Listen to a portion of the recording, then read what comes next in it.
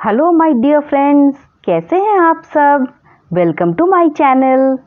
आज मैं आपको सुनाऊंगी विक्रम बेताल की कहानी। शीर्षक है दगड़ू का स्वप्न। घनघोर अंधेरी रात में राजा विक्रम अपनी खुली तलवार लिए बेताल को पकड़ने के लिए बढ़ते हैं और अपने पराक्रम से बेताल को वश में करके अपनी पीठ पर लाद कर जाने लगते हैं।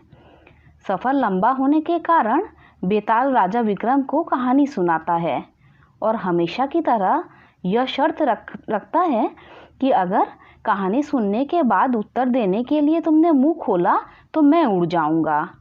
बेताल कहानी सुनाना शुरू करता है। चंदनपुर गांव में एक वृद्ध स्त्री रहती थी। उसका एक बेटा था जिसका नाम दगड़ू था। उसकी स्त्री नए पुराने कपड़े सिलने का काम करती थी और अपना तथा अपने बेटे का पेट पालती थी। दगड़ू एक कामचोर और आलसी लड़का था। वह दिन रात पड़े पड़े सपने देखा करता था। दगड़ू के साथ एक बड़ी परेशानी थी कि उसे अक्सर बुरे सपने आते थे और जब भी कोई बुरा सपना आता था वह सपना हकीकत बन जाता था। एक दिन दगड़ू को सपना आता है कि कुछ लोग नवविवाहित दंपत्ति और बारात को लूट रहे हैं और उनसे मारपीट कर रहे हैं। दगड़ू ने जिसे सपने में देखा होता है वही दुल्हन बनने वाली लड़की शादी का लहंगा सिलवाने के लिए दगड़ू की माँ के पास आता है। दगड़ू फौरन उसे सपने वाली बात कह देता है।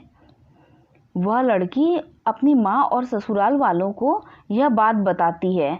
सब लोग इस स्वप्न वाली बात को वहम समझकर अनसुना कर देते हैं। शादी के बाद जब वर वधू बारात के साथ जा रहे होते हैं तब सपने वाला वाकया सच में घटित हो जाता है और पूरी घटना में दगड़ू पर आरोप लगते हैं कि वही लुटेरे से मिला होगा, वरना उसे कैसे पता चला। और शक की बिना पर सारे लोग मिलकर दगड़ू की खूब पिटाई करते हैं।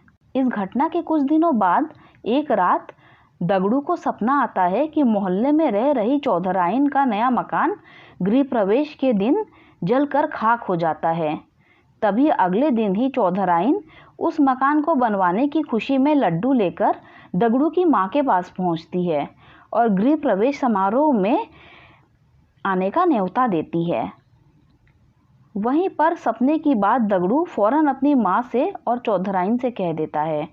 चौधराइन गुस्से से लाल पीली हो जाती है और उल्टा दगड़ू की माँ को कहने लगती है कि तुम्हारे बेटा ही काली जुबान वाला है, इसके बोलने से ही सब अनर्थ हो जाता है। चौधराइन गुस्से में जली कटी सुनाकर माँ बेटे को बुरा भला कहकर वहाँ से चली जाती है। गृह प्रवेश समारोह के दौरान कोई घटना ना हो इसके लिए पक्के इंतजाम किए जाते हैं, पर फिर भी किसी न किसी तरह आग की चिंगारी चौधराइन के भव्य मकान के पर्दों में लग जाती है और देखते देखते रौद्र रूप धारण कर लेता है। पूरा मकान जलकर खाक हो जाता है। चूंकि दगड़ू इस बारे में पहले ही बोल चुका था, इसलिए उसे काली जुबान बोलकर उस पर टूट पड़ते हैं और उसे मार मार कर निकाल देते हैं। दगड़ू समझ नहीं पाता है कि लोगों को सच सुनकर उस पर क्यों क्रोध आता है। खैर, दगड़ू एक दूसरे राज्य चला जाता है जहां उसे रात की पहर में महल की चौकीदारी करने का काम मिल जाता है। वहां के राजा को अगले दिन सोनपुर किसी काम से जाना होता है, इसलिए वो अपनी रानी से कहते हैं, मुझे सुबह जल्दी उठा देना। दगड़ू रात में महल के दरवाजे पर चौकीदारी कर रहा होता है।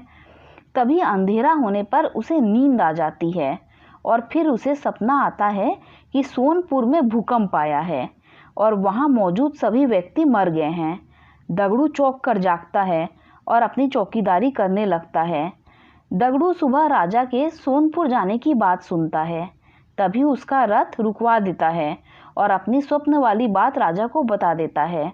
राजा सोनपुर जाने का कार्यक्रम रद्द कर देते हैं और अगले ही दिन समाचार आता है कि सोनपुर में अचानक भूकंप आया है। वहां एक भी व्यक्ति जीवित नहीं बचा।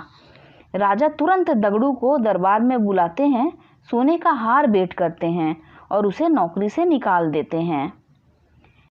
इतनी कहानी सुनकर बेताल रुक जाता है और राजा विक्रम को प्रश्न करता है कि बताओ राजा ने दगड़ू को पुरस्कार क्यों दिया, और पुरस्कार अगर दिया तो उसे काम से क्यों निकाल दिया।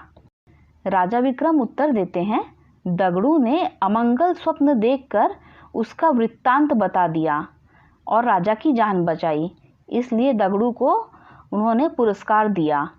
और दगड़ू काम के वक्त सो गया था, इसीलिए राजा ने उसे काम से निकाल दिया।